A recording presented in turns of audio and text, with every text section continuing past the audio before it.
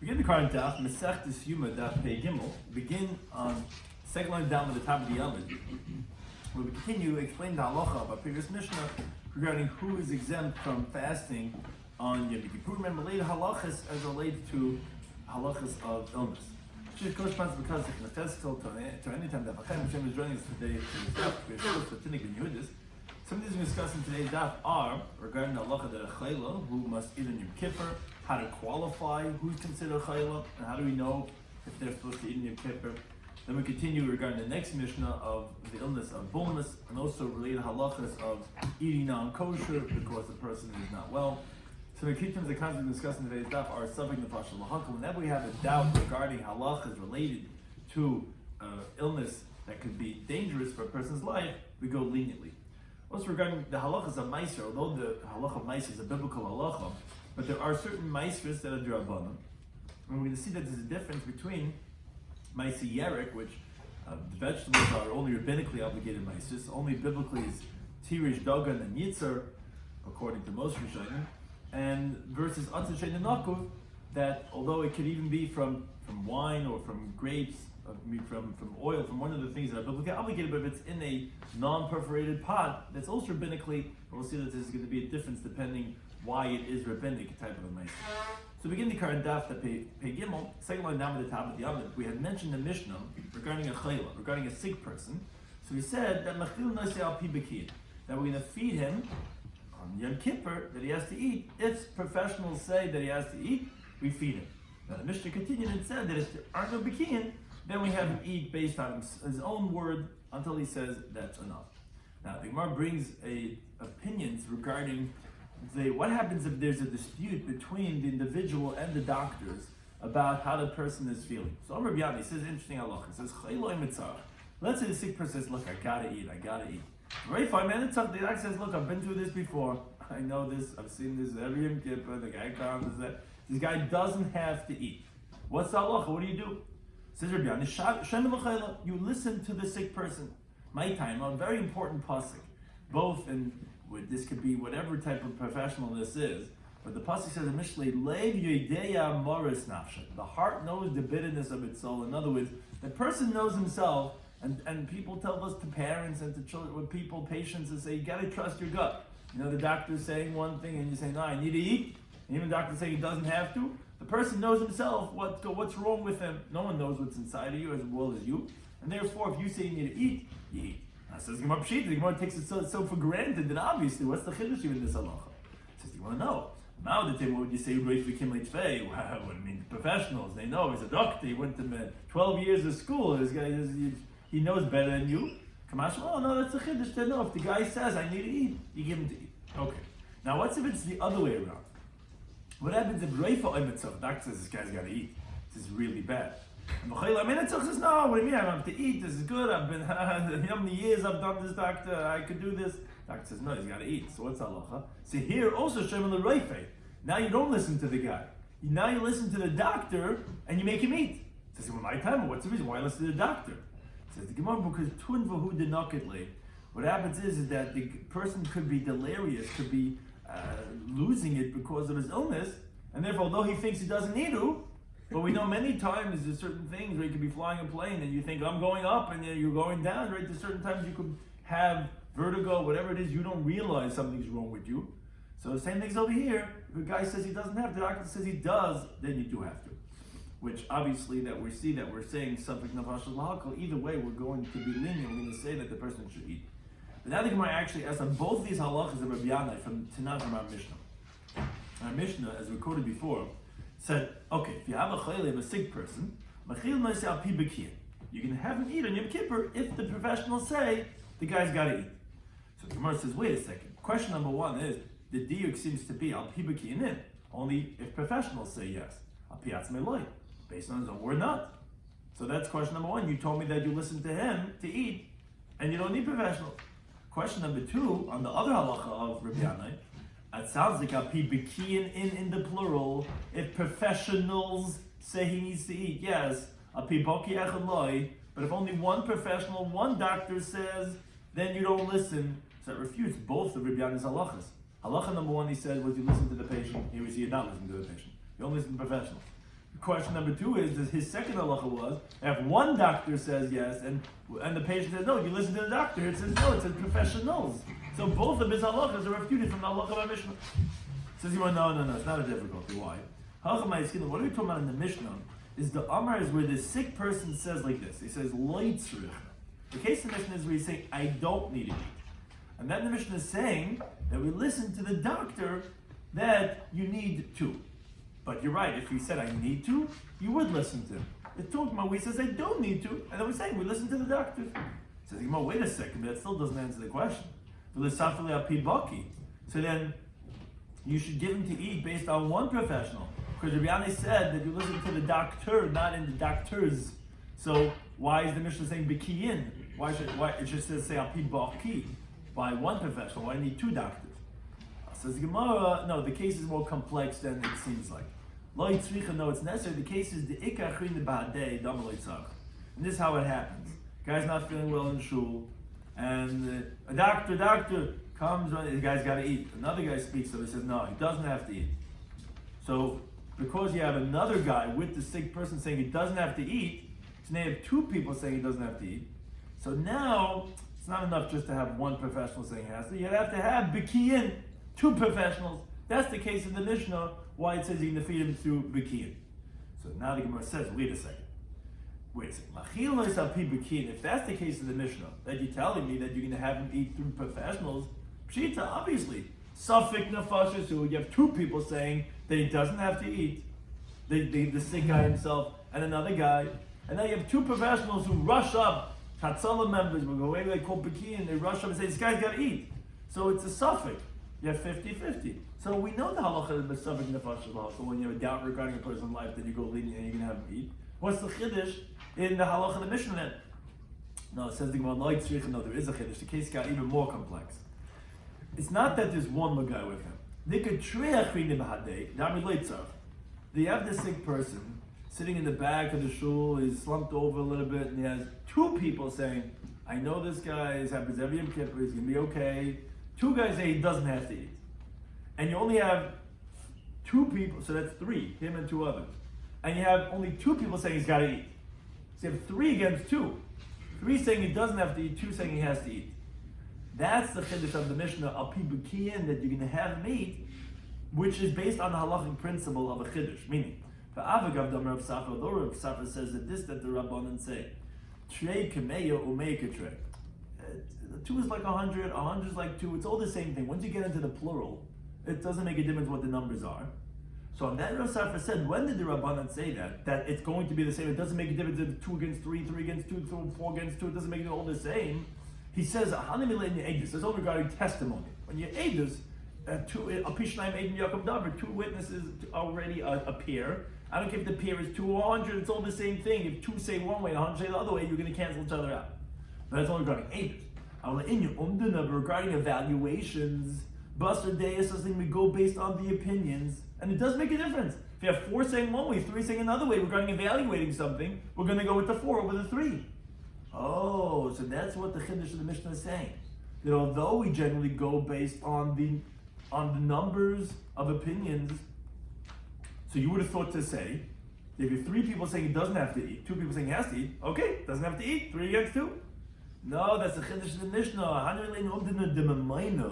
That's regarding monetary evaluations for, let's say, a creditor, to say how much the value of the property is. Over here, when we're evaluating a sick person, you're right, even though the majority say he doesn't have to eat, that's 3. But since there's 2 who say he has to eat, Safek, the Fashashu, it's considered a doubt regarding a person's life, and therefore we go leniently, and that's the chiddush of the Mishnah, that yes, we will be machil noiseh api b'kim. But it's not as simple as it looks, it's more deceptive the case. It has all these variables to say that it's a chiddush, that in the nefashos, we're not going to go based on the days, we're going to say that if at least 2 people say yes, eat, he's going to have to eat. But the Gemara doesn't like this still. But when they tell me Seifa, okay, that was the first line of our Mishnah. Our Mishnah then said, then ain't shad bikin. If there's no professionals, what do you do? Vefrekman, right? There's no one around, and the guy's not well. So we said, machil nesal piatzma. We said, if that's the case, okay, we'll have him eat based on his own word. Now, if you read the case, it sounds like, well, what's the case talking about? The case talking about with the guy saying, I need to eat.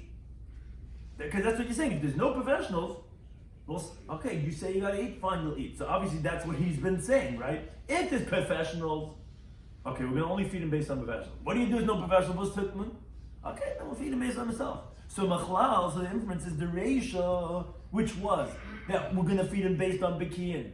Is the amar tzarich, is what he's saying that he does need to eat. So wait a second, that's obviously not like we had explained before. We had explained the case in the Mishnah, machilas al pi bekiyin. It's a little it's a little complex to understand what the Gemara is asking, but we had explained the case that he's saying I don't need to eat. I don't need to eat. I have two people, Yankel and Shmer, they both say I don't need to eat. Three people say I don't need to eat. So the fact that you two Hatzalah members are coming over saying I need to eat, whatever. We had three and you're two. Oh, that says the Mishnah. We listen to the guy, two guys say, two doctors come along and they say he has to eat. That's how you explain to me the case. That can't be the case. Because look at the next words in the Mishnah.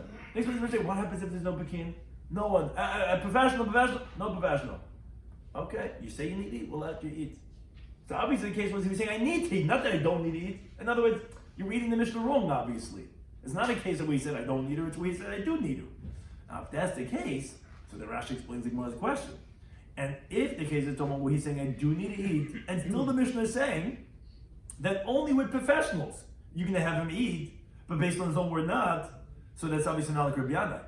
Rabbi Yana said, if the guy says I need to eat, you listen to him, even if the doctor is saying you don't need to eat. So Tais explains the Gemara's question. It sounds like that as long as you have Bekiyin, we're going to try to get Bekiyin.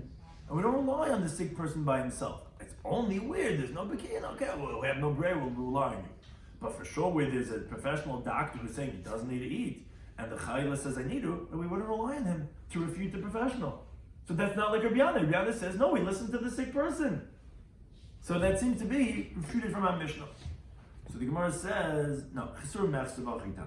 That word's missing in the Mishnah. Again, this is like one of these lines in Gemara. The ideas are not complex, but the wording is like to be able to weave through and hold where the threads are going. So it says, Gemara, this word's missing, and this is what the Mishnah is saying. And then when did we say that we're going to feed him based on professionals? In other words, that you need professionals. That's the Amma where he says, Loi tzarachani, where he says, I don't need to eat. And the professional is saying that he needs to eat. That's where we're saying that you're going to have him eat, because like we said, that's Rabbi Yana himself agrees to that, because of tunva, because the guy might be delirious. That's what we're saying. Aval Amma tzarachani, but if he says, I need to eat, okay, then Ein Sham Bekiyin Trey. Then if there are no two professionals who say that he doesn't need to eat, Elachad the Amar Leitzach, that's what we say. If Ein Sham Bekiyin, what does it mean Ein Sham Bekiyin? Ein Sham Bekiyin means there's no plural. There's no two guys who say that he doesn't need to eat. Rather, there's Elachad the Amar Leitzach. There's only one guy who says he doesn't need to eat. What about you there with the Boros Nafshoy? That he knows better than one, then he might know better than two. Oh, yeah, I hear it. I mean, that's not what Rabbi Yana said. He said one doctor. You're saying if you have a whole team of professionals in the study evaluation team, and he's saying that, yeah, but that's what he's saying. He's saying two is different. He said my timing. Right. Right. Again, obviously, I don't know if that would mean that the whole world is crazy. No, the guy was driving the wrong way on the highway, and someone's driving the wrong way, right? But accompanied by one doctor that says he doesn't need to, then you're going to feed him based on his own word. Again, like Rabbi Yana who said that at least when it's one doctor, that then you're going to listen to the sick person. So again, it's not a refutation from the Mishnah. You have to read the Mishnah a little bit more finer. That when did we say this halacha that the Bekiyin is specifically when he says I don't need to, but if he says I do need to, then in Ein Sham Bekiyin there's no two but there's one. Then you actually will be machil sapiatzma, even though he's being refuted by one doctor, because that's exactly like Rabbi Yana said. Now, Mamar Rav Asham, he actually says like you, like the question you just asked. The end of the Mishnah, he says not to explain, as we just said, which we said it sounds like that where he says I need to eat, and there's two who say he doesn't need to eat, that we don't listen to him, that we don't say. Rather, like was just pointed out, wherever he says I need to eat, I feel like a meya the amri loy tzarach, right? Like you're saying, even if there's 100 that say you don't need to eat, we listen to him. Like it says in Pasuk, live your day mas nafsh. A person knows better. Yeah, you have 100 doctors saying, "Look, I'm telling you, this guy doesn't know what he's talking about." He says, "I know. I know. And the Gemara says that's why Rashi paskins halacha that no, we listen to him if he says that he needs to eat. Now, it's not, the Gemara, however, asks on him from the Mishnah that we quoted before the end of the Mishnah said, there's no professionals, we feed him based on his own word. Now, it sounds like Tamil like a Bekin, only because there's no professionals. Like a Bekin, but if there were professionals, they're lying, that we don't feed him based on his own word. What I mean, my Rashi says we always listen to him, even against 100 people. But this is how you're supposed to read the Mishnah. When, like we said before, when are we saying this halacha that we feed him based on professionals, the amalei tzarchan? We're saying I don't need to eat. Then we believe the doctors to say he does believe, because we said that the guy might have become delirious and think he doesn't need what he really needs. But if he says I do need to eat, Ein Sham Bekin Klal, he reads the Mishnah very differently. When it says Ein Sham Bekin, doesn't mean if there is no Bekin. Like Rashi says, their Bekius, their professionalism, their knowledge is nothing. It's insignificant. Doesn't mean they're not there. They're there, but we consider it as if it's not there. Unless the Be'azim, feed him based on his own word, because like it says in the pasuk, Levi De'am Novas Nafshe, the heart knows the bitterness of its own soul, and therefore even if there's 100 doctors saying that he doesn't need to eat, we don't listen to them, we listen to the patient who says, I need to eat, because the person knows, and that's why Rav Ashi disagrees with the previous interpretation. It's not just against one doctor, it says even against 100 doctors. Now continue to look at the next Mishnah, continue regarding the permissibility of eating something forbidden, which our previous Mishnah was speaking about Yom Kippur. Now, continue on this theme about medicine halacha regarding when you're allowed to go ahead and violate halacha because of an illness. Mishnah continues, says, Misha avzei bolnus. Let's say somebody was overtaken by this illness which grabs a hold of a person because of famine, where his eyes get dimmed and he's in danger of dying. Now, when the person's vision comes back, then you know that he's healed. But if a person was overtaken by this bulmus, so machil nesafil dvarim t'mei. So you feed him even non-kosher food, ad she'iru einav, until his eyes light up. Now, misha nashchai kelev shaita. Let's say someone was bitten by a mad dog, where Yomah is going to explain exactly what is a mad dog, but you don't feed the person who was bitten from the liver lobe of that mad dog, because although that some doctors actually use that treatment, but it's not and this is there's a lot of the sugyas of medicine halacha from these dafim here in Masechtas Yoma, what's called, it's not a refu gemura. This is in halacha, they're very busy with, is this a tried and true tested type of therapy? So it's not a complete refu, it's to permit an isser of non-kosher to allow this type of medicine, of therapy, and therefore the Tanna Kama says you can't feed him from the liver lobe. Master B'char Shmati knows it's permitted because that is considered a full gemura. It's not alternative medicine that's not well tested in its veracity and its validity. No, it wasn't. You could have not kosher to heal the person. Another halacha in the Master B'char says if someone has something bothering him in his throat, so we let him put medicine into his mouth on Shabbos. They should something nefashis, because the internal organs are connected through the area in the throat, and it's a danger to the person's life. Anything that's a doubt regarding a person's life overrides the Shabbos. Now, the Mishnah continues over here, which obviously is a very sensitive topic relating to the Yom Yoma. Someone had that a building collapsed on the person. Now, Safak Husham, if let's say it's a doubt if the person is there, Safak Einisham, it's a doubt maybe the person's not there. Safak Chai, it's not clear if the person's alive. Safak Mace, it's not clear if the person is dead. Safak Kuti, we don't know even if the person is a Kuti. Safak Yisrael, we don't know if the person is Yisrael. So the halacha is Mafachan alav esagal. You can clear away the rubble from the person, get all the debris away, because of this halacha of Safek Nefashis Lahakal, that we go leniently until we know definitively that it's not, that there's a live Yisrael there. We're going to continue clearing away the rubble.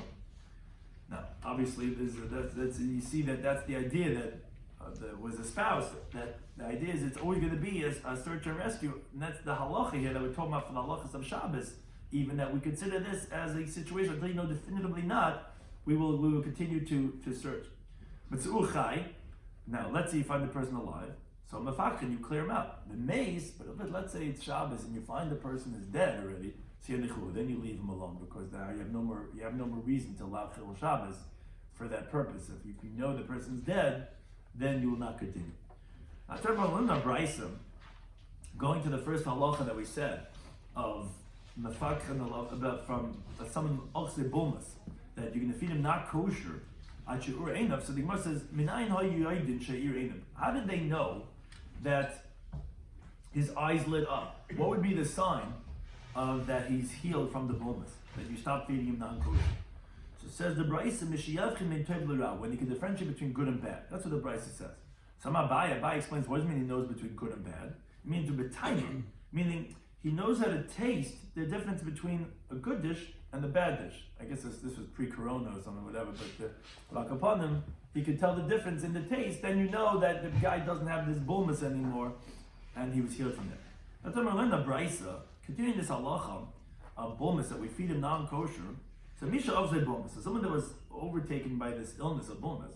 So let's say we don't have anything kosher that's going to be sufficient for the person to calm down this ravenous need that he has, but we have not kosher food. So you're middle of a rest stop and there's only a Burger King and there's a Wendy's and the guy's like, you see his eyes are starting to dim and this guy is starting to lose it.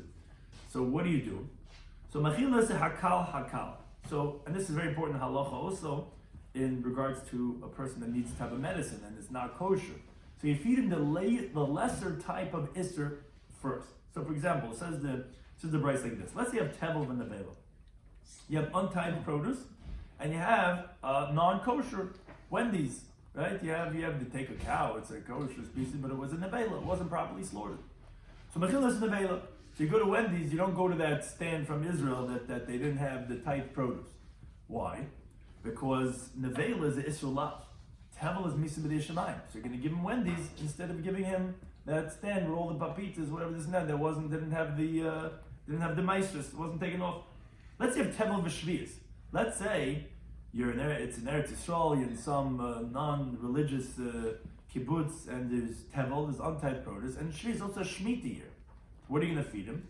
So shvius, meaning when we're talking about shvius, it means there's a time what's called zman habir. You have to get rid of the shmita produce. After that point in time, it's a positive commandment to have to liquidate it. And if you don't, you're over Isra Aseh. So tevel is misa b'dei shemayim. Shemitah after this zman habir is only Isra Aseh. So we'll give him the shemitah produce to eat. We're going to give him the Isra Aseh versus the misa b'dei shemayim. Now, but let's say you only have tevel v'truma. What happens is that you're in this person's house, and he says he has truma for the kohen that was separated, and there's only tevel. Now that's a tanoi. That's a machlis tanoi. The Tanna in the Brisa. The Tanna Kama says machil nase tevel, by machil nase truma. We'll explain in a moment why. You feed him the untied produce and not the truma. But Taimar says no truma v'lei tevel. No, you feed him the truma, not the tevel. So first Amar Rabba, first he explains that heichad de efshe b'chulin, if there's possible to be enough that of chulin of this tevel to feed him after you'll take up the truma. What's tevel? Tevel is untied produce. You got this huge, the guy's on some type of kibbutz where they make a certain type of product, and it's tevel. Yeah, we don't take off trumas and meises. This guy's dying over here. So if you could separate some truma and now the rest is chulin, so of course, says Rabbah, the kul amalei pli. No one's going to disagree with masaknin lei that you'll fix it. And then you go ahead and you'll feed the sick person the chulin, and you're not going to give him neither tevel nor truma, obviously. The whole machlekes ki pligi is b'delay efshe b'chulin, where it's not possible with the chulin because what happens is he has to eat all of it. There's one dish over there. There's nothing there. The lady's like, this is all I got, and he has to eat all that to calm down for the bonus. So you wouldn't be able to separate some truma and then have him just eat the chulin. So that's what the machlekes is. The Tanna Kama is saying, we're going to feed him the tevel as it is, and we're not going to separate trumas to have him eat the truma by itself and the chulin by itself. But Taim is saying, no, better separate truma and feed him each one individually, the truma and the chulin, and don't give him the tevel as it is, untied. Why? So the Gemara explains. Mar Savar ben Taim held that tevel chama, untied produce is more severe. Why? because no one is able to eat tevel. Even Kahanim can't eat tevel. So that must be a very severe isser. So I'd rather have you separate trumas from the tevel, and now let him eat the truma and the chulin, because at least truma Kahanim are able to eat. Whereas the marsa of the Tanakama hold no truma chamura. Truma is more severe because there's no heter at all for a non-kohen to eat truma. In contrast, tevel, you could technically fix it and separate trumas, and then the rest of the chulin will be permitted to every single person, as the Gemara explains. Marsa the ben tema held tevel chama. Why is tevel more severe? Because it's something that's not fit for anyone. Truma chazik kohen, but truma is at least fit to the kohen. So I'd rather have him eat truma than tevel. But Umarsa Tanakama, Truma is more severe. Truma is more severe to the non-kohen because that's never permitted to a zab. I will tell Efshel but tell you can fix. So that's the machlek is if the guy's going to have to eat the whole amount anyway of this tevel, what do? You separate truma and chulin, and now let him eat the truma and the chulin, or no, don't do it. Let him just eat the tevel because you're not gonna. It's not going to be better when it's going to be truma. What's the oinish with trim? Same thing as that. Yeah, exactly. That's because they have the same thing. That's why it's like a little gray, and they're coming with svaras. Which one is worse than the other one? Now, the Gemara continues to tell days. He says, Rabbi had qualified, and he explained, if there's enough after separating trumas and maisus, of course we're going to separate first and give him chulin only. So the Gemara says, Efshel chulin pshita. I mean, I needed Rabbi to tell me that if it's possible to separate from that big dish of food, that you can fix it and you'll be possible. I need him to tell me that everyone will agree, of course. So the Gemara, no, it's necessary to tell us in case it's Shabbos. Even if it's Shabbos, where you're not allowed to separate trumas and maestros, and that would tell you that you should separate it and not eat tevel. That's what his chiddush was, that even though it's Shabbos. Says the Gemara, Shabbos nami pshita. Well, Shabbos also partially, because tiltum l'drabanahu. It's just like muktzah, which Rabbi Kiva Eger already points out that's not, and he says tzarchim gadol. That's not what the halachic problem about separating trumas and maisis. It's all taking cleats. It's all fixing things. But either way, the Gemara's question is that this law is only rabbinic, that you can't separate trumas and maisis. So of course we're not going to let you eat tevel, deraisa, which is misa b'dei shemayim, because of rabbinic halacha of separating trumas and maisis. What's the chiddush of Rabbah? Of course you're going to separate the trumas and maisis and let him eat just the chulin. So you want to know what are we talking about over here? But atzich ein anakov. We're talking about a pot that is not perfect. It doesn't have a hole in the bottom. Where it's tevel, it's untyped produce that grows in this pot is only d'Rabbanan, it's only rabbinic because it doesn't grow from the ground. So the hydroponics or whatever is only rabbinic, it's not growing from the ground. Now, the rabbinic isser of separating maisis b'Shabbos is also d'Rabbanan. So the chiddush, is that we're going to go ahead and override the isser of separating trumas and maisis and not just stam tevel. Of course, stam tevel is no chiddush. Of course, we're not going to let you eat tevel. Of course, we'll violate the isser rabban. No, it's not even biblical tevel. It's only rabbinic tevel. And the reason was, so why would we do that? Why not just leave it? Why would you actively override the isser rabban of Shabbos to go ahead and not have the isser rabbanan of tevel, just sheval tasa? No. As Rashi explains, because then you might come to also permit tevel deraisa, which in a very similar case. You might say, okay, just leave it, let him eat the tevel. No. Because it might be confused with tevel deraisa, we say even though it's tevel d'Rabbanan, we're going to have you separate trumas maisis, which is d'Rabbanan of Shabbos. Now the Gemara says, and their whole machlekes is only marsa v'tevel chamer. So again, it's rabbinic tevel, but still, one opinion held that tevel is more severe. Marsa v'truma chamer. Another one said that the rabbinic truma is more severe. Again, but it's regarding rabbinic tevel. Question is the rabbinic truma or is the rabbinic tevel more severe? That was the machlekes. But regarding the halacha of doing it on Shabbos, that's because it was a chiddush of saying that we're going to override the Shabbos d'Rabbanan for the tevel d'Rabbanan, only because it might bring to a tevel d'Oraisa. But everyone agrees, of course, that we're going to separate the chulin. Says Gemara, let's say that this halacha of Rabbah that he said, that when it's possible to do chulin, we're going to fix it, and what we say the chiddush was, that we're going to override the Issa D'Rabbanan of separating Trumas and Mais on Shabbos. Because of the Issa D'Rabbanan of Tevel, of an Atzitz Ein Anakav, of a non-perforated pot, which is also D'Rabbanan, let's say his halacha Tanoi, it's a machlekes Tanoi. Why? Where do you see this? The time in the Brisa. Misha nashka nachash, but if a snake bit somebody, so currently, right, if we call him a doctor on Shabbos, from place to place, wherever he is, we call a doctor. We also tear open a chicken to put on the wound, which that was its therapy. Secretion, and we also cut off leaks from where it's attached on the ground to feed it to the person. And we give him to eat. We don't have to take meisters from the leak. That's the Rebbe. Rabbi Shloimy says, no, he shouldn't eat it until you first take meister from the leak. Says the Gemara, let's say that this halacha of Rabbah is only like Rabbi Shimon, who he said that we separate the trumas on Shabbos and we don't feed him the rabbinic tevel like leek, which is a yarek, which is a vegetable, which is only rabbinically obligated in trumas and meisters. And obviously that means to say that Rabbi is below Rabbi, not like Rabbi, because it would be like Rabbi. Rabbi says you don't have to take meisters. So you see that you're not going to violate the Isra Rabbanan of Shabbos of separating meisters because of the Isra Rabbanan of the tevel. So seemingly Rabbi's halacha is dependent on the machlekes tanaim. Says Gemara, no, Rabbi. You could even say that Rabbi's like Rabbi. Ad kan lekama Rabbi Hassam. Where do we find Rabbi saying over there the halacha that you're not going to separate the trumas? Is in your Maisi Yerik Rabbanan. It's only because what's the rabbinic? There's different types of rabbinic meiser. It's the rabbinic meiser of vegetables, which that's not going to get confused with the biblical type of a tevel, because that's a different species. It's not grain or grapes or olives, which are the biblically obligated. It's vegetables. So we all know that it's rabbinic. Okay, it's rabbinic. So why is it better than the rabbinic Isser of Shabbos, of separating trumas and meisers?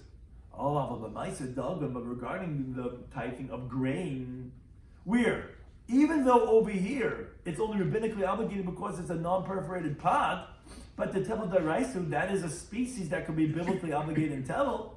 For the Rebbe, even Rebbe's going to agree, even by Atzah Se'esha Einanakar, where its meister is the Rabbanan, but the Ishar is Leiba Atzah She'einanakar, because if you're going to put it in a pot that it doesn't have a hole, but Asla Mecha Atzah She'einanakar, you might come to do the same thing even with a pot that does have a hole, which would be Deraisa, and because of that, we're geyser, in this case, Rabbanan Atzah Deraisa, to say that yes, we're going to be Deichel Isra of Hafar Shatrumas, but yeah, Rebbe would agree that Rabbi would agree to Rabbi that in the case of when it's yerakas, which is vegetables like leek in that case, where no, you wouldn't necessarily separate the trumas and meisters because that would not be confusing. But not that Rabbi would disagree with Rabbi's halacha. Continuing on this halacha of our Mishnah of bulmus, so the Gemara tells us several remedies for bulmus. Tarabanan, Misha of the bulmus, if someone's possessed by this bulmus, we give him, we feed him honey and all types of sweet stuff. And the reason because honey and all types of sweets, it lightens up the eyes of a person. Now, although there's no proof to this, there is an allusion to this in a passage in Shmuel Aleph, which is talking about Yohaneson, that it says, see now, because my eyes have been illuminated, because I've tasted some of this. The son of Shalom Melech, I've tasted a little bit of this honey. You see that, honey lights up a person's eyes. Now says, so why are you saying that even though it's not a proof? It seems to be very clearly a proof that honey and sweets light up a person's eyes. He wasn't possessed by bulmus over there. And there was not a riot, this halacha, specifically a bulmus, but it is a zeichel dam. Now Amabai, he qualifies this as loishonei la'achar achila. This that it helps, the honey and the sweets, is only, as Mami always says, after we eat, then we get the sweets, right? But that's only when the bulmus helps. But if you're going to have the sweets before you eat, actually migugar, it actually goes and makes the appetite greater, which actually reinforcing the bulmus, making it even worse. That's somebody says the pasuk in Shmuel Aleph. It says v'yimtu ish mitzu basada, they found an Egyptian man in the field. V'yikcholoi sel David, they took him to David. V'yitnu they gave him bread and they gave him to eat. V'yashkul mayim, they gave him water to drink. And then they gave him a slice of the cake of the figs, ushnei tzemukim, v'yechel, and 2 clusters of the raisins, and he ate it. And his spirit came back to him because he hadn't eaten or drink in 3 days and 3 nights. But one thing you see from the pasuk is that first was v'yechel lechem, and then you see you first give him to eat, and then you give him the sweets, and that will light up his eyes. He says, Misha of the bulma, someone that was possessed by this bulma. Machilna say, Alya, we feed him the fatty tail, bidvash, with honey. Or put in the breeder of Yeshua. He says, Afsos Naki bidvash, says also refined flour with honey. Papa, he says, Afila kimchi desar b'difshi, says even barley flour with honey, that's also lights up the eyes. Now, Amar Birch, he says, Pamachas, he says, one time, Achazani bulmas, I was possessed by bulmas. The Gemara is bringing several stories of Tanoim, where Amaram were seized by this illness and how they were able to figure their way out from this illness. It says, I ran to the eastern part of the fig tree. Now the reason why is because the sun hits over there from the morning up until noontime, and therefore the sun sweetens the fruits, and hence he ran to the eastern part of the fig tree, which was the sweetest. And I fulfilled by myself the pasuk in Kalas, the wisdom will make its owner, whoever possessed the wisdom, keep him alive. Where although he's possessed by the woman and is going crazy, he's like his eyes are starting to dim, but he ran to the eastern part of the tree. He knew what to do in the situation of healing. There's another reason, like Rezi told in the Brisa. If someone really wants to taste the taste of a fig, you should go to the eastern part. Like it says the pasuk in Devar. It says Meged is like a terminology of delicacies. Tevuah shamish, the produce from the sun, whichever is the sun-ripened dates and the figs, that's the sweetest ones. Remember the story of Yehuda Rabbi Yesi, they were going on the road, and Achse Bomas Rabbi Yehuda was possessed with this Bomas. So Kafche L'Roya, he forcibly took away the loaf of bread from a shepherd, and Achel he ate his bread. So Rabbi Yesi said to him, Kefach Tesarayim. Hey, you stole, you forced this, you took away what the shepherd had, his bread. Now, also, when they finally finished their journey and they came to the destination, to the town, at that time is when Rabbi Yesi was possessed by Bulmas. So Adru Balagi B'tzai. So the people from the town, they came, the Gadol Adar, they surrounded him with these cakes and flasks of honey and sweets and plates of food. So Rabbi Yehuda said to Rabbi Yesi, I stole from one shepherd. And you forcibly took away the whole town from all their food and all their drink. Now, the Su, moreover, so this was the story of Rabbi Yehuda and Rabbi Yesi when they were journeying, they were on the road. So the Gemara brings another story that Rabbi Meir, Rabbi Yehuda and Rabbi Yesi, so again, there's Rabbi Yehuda and Rabbi Yesi, have a Kazli Borcha when they were going on the road. I say we lost so much of these stories when we don't walk anymore. We don't have wagons and horses. No one goes anymore. We have a car. You don't have these stories. So but Rameya have a dag b'shma. They're on the journey. They're traveling. Rameya was very particular about the names of people, specifically the names of the hosts, if they're appropriate or inappropriate names. They weren't so particular about the person's name. Now, when they came to that place, they needed a place to stay. So they gave them a place to stay. So they said to the host, Mashmacha, what's your name? So he said to them, Kidar, my name is Kidar. So Meir says, obviously this guy's a wicked person. Why? Because it says a pasuk in Devarim. Pasuk says that Kidar Tapuch is hema, because it's a generation of reversals, meaning of people that are flips, topsy-turvy type of people, which like the pasuk says, Banam le'emun bam, sons that I don't trust them. So from the word Kidar, he says, oh, that's his name, Kidar Tapuches. This guy's obviously not a trustworthy person. Now, Rabbi Yesi, who weren't so particular about the names, they deposited their purses, their wallets, it was Erev Shabbos, and they gave him the wallets to keep for Shabbos. May wasn't going to deposit his purse with this guy. He does this, and this guy's not trustworthy. So also, he went and he actually buried his wallet by the grave of his father. So maybe it was one of these, in Ukraine somewhere, he comes right outside, there's the guy, there's the matzeva over there, his father's buried right outside in the back. What? The host's father. Yeah, the host's father, yeah.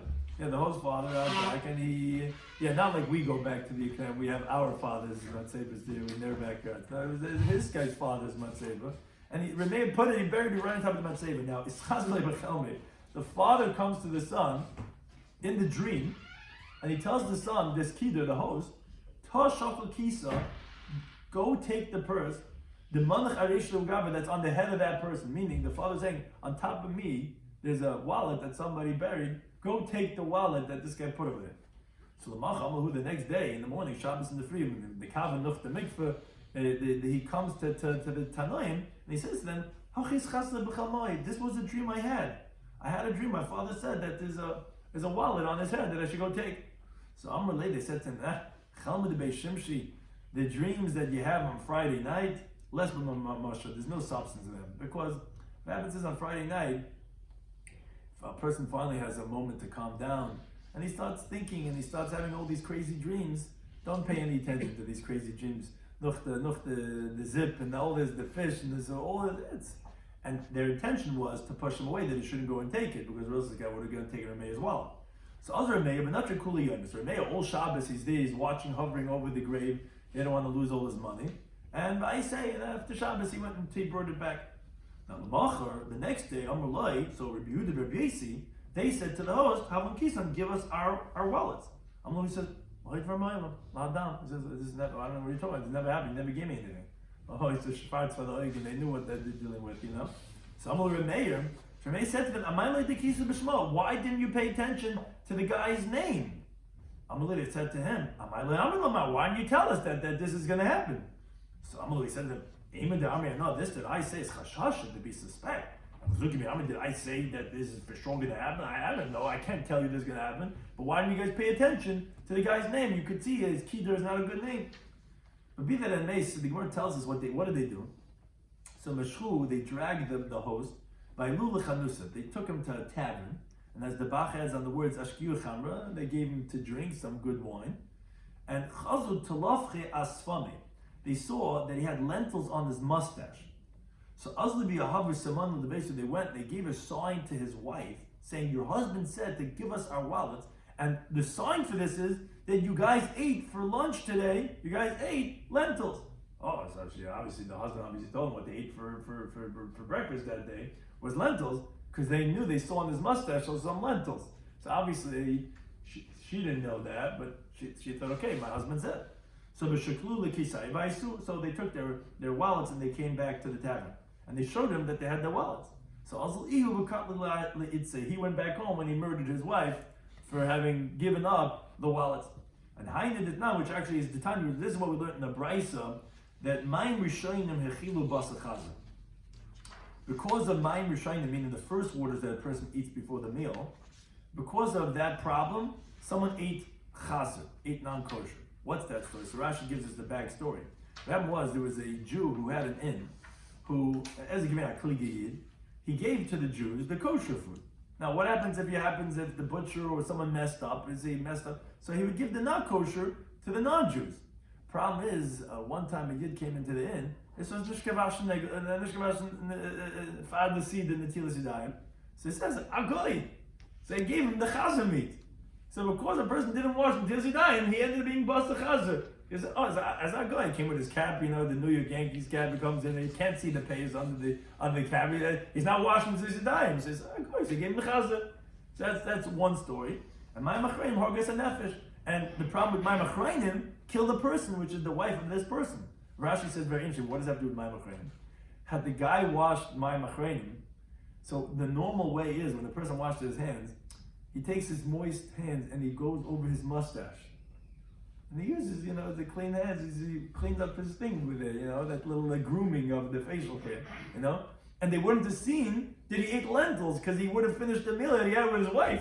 That brunch, he would have gone my machrayim and cleaned it up. But because he didn't wash my machrayim, that's why his wife was ultimately murdered. Was because of the homicide happened because he didn't wash my machrayim. So because of my machrayim and my machrayim, that people didn't wash their hands, that's why. We have these two stories. Now, at the end, Remeir and Rabbi Yasi and Yehuda, ultimately, they started being careful with the names. Kimat lahu beisa, the Shmei Bolo, they came to a certain house for the host, where the guy's host name was Bolo, la'aylu legabe. They didn't go stay by him. Armin, they said, Shemamina Rashu obviously is a wicked person. Why? The Pasuk says in Yecheskel, V'oimar, and I say, La Bolo ni'ufim. The word Bolo means worn out. The person is worn out from adultery. Come on, like we find in Pasuk in Bereshit, Acher B'Leisi, that Sarah was saying, after I'm worn out, basically, I'm not going to be young again. In other words, Zikain ben Yuvim, that this guy he's old and worn out from adultery, so obviously that the person is a wicked person, and therefore they didn't say that. Thank you to anytime for hosting us.